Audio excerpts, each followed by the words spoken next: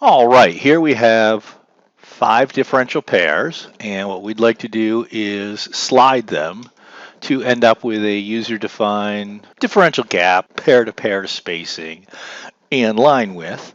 What we'll do first is zoom in there and see what our current settings are if we hover over a line. So all of the lines are the same. They're all 5 mils wide. And if we do a display measure from one connect line to its differential mate, the primary gap between two differential pairs is 6 mils, and the spacing between differential pairs is 5 mils. So what we can do is zoom out a little bit and try the dpSlide command, and it accepts 3 numbers. The first number is the new gap that we want between differential pair mates. The second number is the line width that we want to use, the primary line width for each of the differential pairs.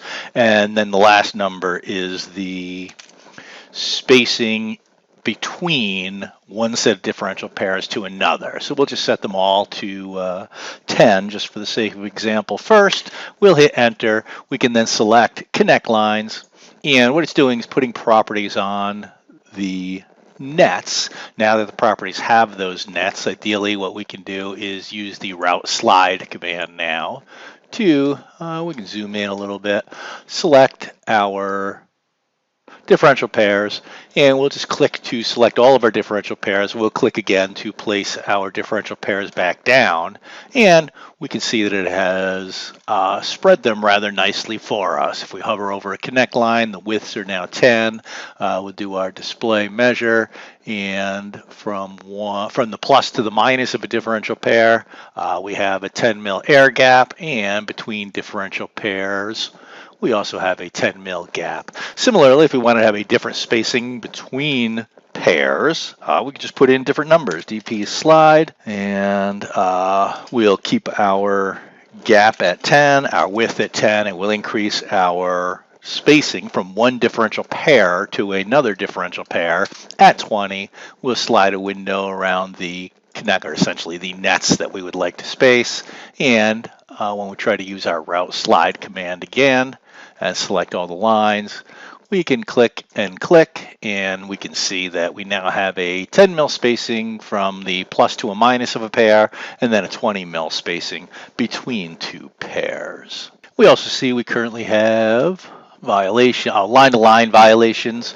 The way this is working is by putting temporary constraint properties on the nets themselves. So to get the pair-to-pair spacing of 20 mils, we put a minimum line-to-line spacing on those nets of 20. So the route slide command would adhere to that and give us our 20 mil spacing from one pair to another.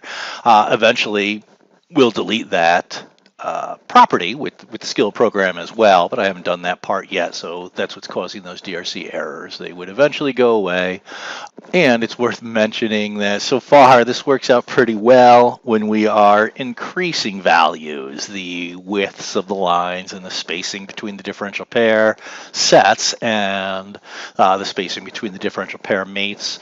When we are reducing those numbers, it's a lot more manual. For example, if we wanted to get back to a gap of 6 mils with a 5 mil wide line width and a 5 mil diff pair to diff pair spacing, then we could try dpSlide 655 and select our connect lines again. And we notice that our line width already changed to our new 5 mil wide lines. Now when we use the route slide command,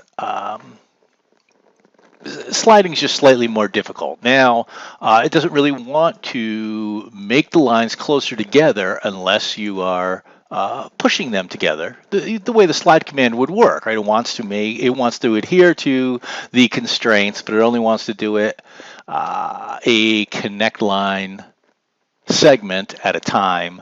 So we have to do a lot more picks to get all of our connect line segments to hug to each other the way we'd like them to with our route slide command. But I suppose it is still much easier than doing things manually.